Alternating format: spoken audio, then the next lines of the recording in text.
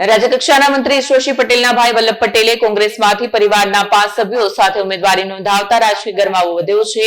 ઈશ્વરસિંહ પટેલે પોતાના ભાઈ પર આકરા પ્રહારો કર્યા હતા। રાજ્યકક્ષાના મંત્રી અને પાટીદાર નાયબ ઈશ્વરસિંહ પટેલે તેમના ભાઈ વલ્લભ પટેલ પર આકરા પ્રહાર કર્યા છે। એક જાહેર નિવેદનમાં મંત્રી ઈશ્વરસિંહ પટેલે જણાવ્યું કે વલ્લભ પટેલ અને તેમના પરિવારના 5 સભ્યોએ સ્થાનિક સ્વરાજ્યની સંસ્થાની ચૂંટણી માટે નોંધણી કરાવી છે, જેમાં વલ્લભદાસે પોતે હાંસોટના રાજા તરીકે પોતાનો પ્રભાવ સ્થાપિત કરી એવા મુદ્દે પોતાના પરિવારના સભ્યોની દાવેદારી ઉમેદવારી નોંધાવી। ઈશ્વરસિંહ પટેલે કહ્યું કે કોંગ્રેસ પાસે ઉમેદવારો જ નહોતા, તે માટે એક જ પરિવારના તમામ સભ્યોને ઉમેદવારી કરી છે। આ ફરિયાદ પણ કરી કે વલ્લભદાસે હાંસોટમાં ક્યારેય કોઈ મહત્વપૂર્ણ કામ કર્યું હોય તો તે બતાવે, અગર તે એક સારું કામ પણ કર્યું હોય તો હું રાજનીતિ છોડી દઈશ, તેમ જણાવ્યું। આ બધી ટીકા અને આક્રોશ સાથે મંત્રી ઈશ્વરસિંહ પટેલે તેમના ભાઈને કડક રીતે ઘેરતા જણાવ્યું કે જો તેઓ એક સારા કાર્યની સાબિતી આપી શકે તો તે રાજનીતિમાંથી નિવૃત્ત થઈ જશે। પરંતુ જે પ્રકારે વલ્લભદાસ સત્તા માટે જે પણ કરી રહ્યો છે તેને ઉમેદવાર પણ મળતા નથી। ઘરના 5 એ એની વાઈફ, એનો દીકરો, એના દીકરાની વહુ, એની દીકરી, આ બધાની પાસેથી ફોર્મ ભરાવીને પોતે જાણે કે આખા હાંસુ તાલુકો કબજે કરવા લાગી ગયો હોય, એના બાપની મિલકતો એક આખું વિસ્તારની અંદર બસ એના સિવાય કોઈ નહીં, બસ એ ચાલે। બીજું એમ કહું કે પણ ઉમેદવાર ન મળવાને કારણે ઘરવાળા ફોર્મ ભરવા બેઠા।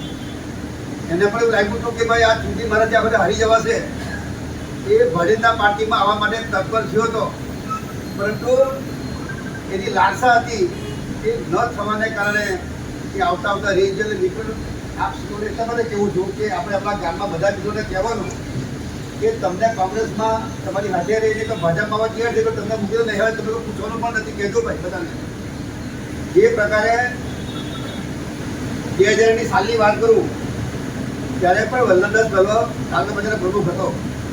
એ પછી જિલ્લા પંચાયતમાં પણ એ હું એટલું જ કહીશ કે એને તાલુકા પંચાયતના શાસનમાં અને જિલ્લા પંચાયત સભ્ય તરીકે એણે હાંસોદ તાલુકામાં કયું એવું કામ કર્યું, એક પણ મને કામ બતાવે તો મારે આખી જિંદગી રાત ઘણા છોડી જવાનું।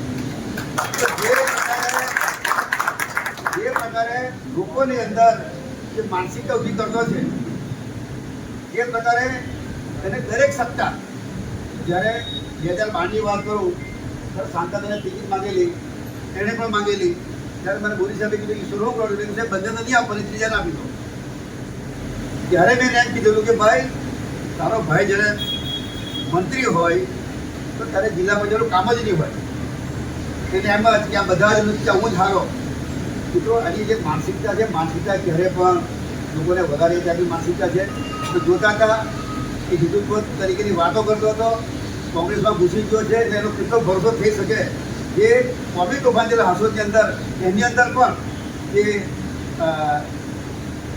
પુરાવા જે હતા, જે લોકો અહીંયા સ્ટેટમેન્ટ આપેલા હતા, એને પણ ફેરવવાના પ્રયત્નો એણે કર્યા હતા અને ધાક ધમકી પણ મિત્રો આપી હતી। પરંતુ વધુના જતાં આ વિસ્તારની અંદર છેલ્લા 22-23 વર્ષથી હું આ ધારાસભ્ય તરીકે આપ સૌના સાથ સહકારથી જંગી બહુમતીથી આપણે જીતાયેલા છે ને તાલુકા પંચાયત પણ જંગી બહુમતીની જીતી છે। એક સીટ આપણે જીતવાના, જેમાં કોઈ સંકલ્પ સ્થાન નથી। મિત્રો જે નવા છોકરાઓ છે એ લોકોને એટલું જ કહેવાય કે છેલ્લા 25 વર્ષની અંદર જે ભારતીય પાર્ટીની અંદર જે કામો થયા છે। વિડીયો જર્નાલિસ્ટ કરણસિંહ સાથે સત્યા ટીવી ન્યૂઝ અંકલેશ્વર।